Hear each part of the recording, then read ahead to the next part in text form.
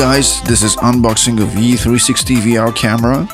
It's kind of new camera on the market and it shoots 5.7K footage. Yeah, that's pretty impressive for the camera that costs only $400. As far as I know, this is the only camera that shoots so high resolution under $1,000. Even GoPro Fusion has lower resolution.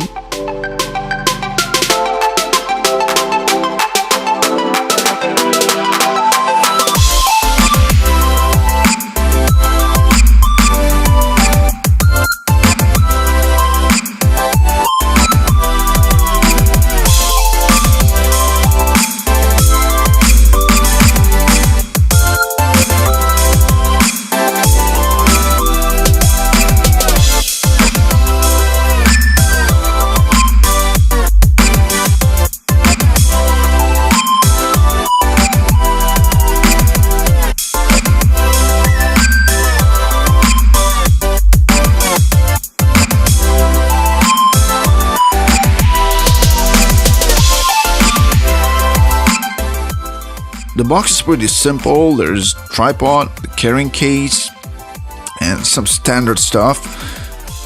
One thing to note is that you need a pretty fast SD card for this camera, so you can learn about it on the Yi website.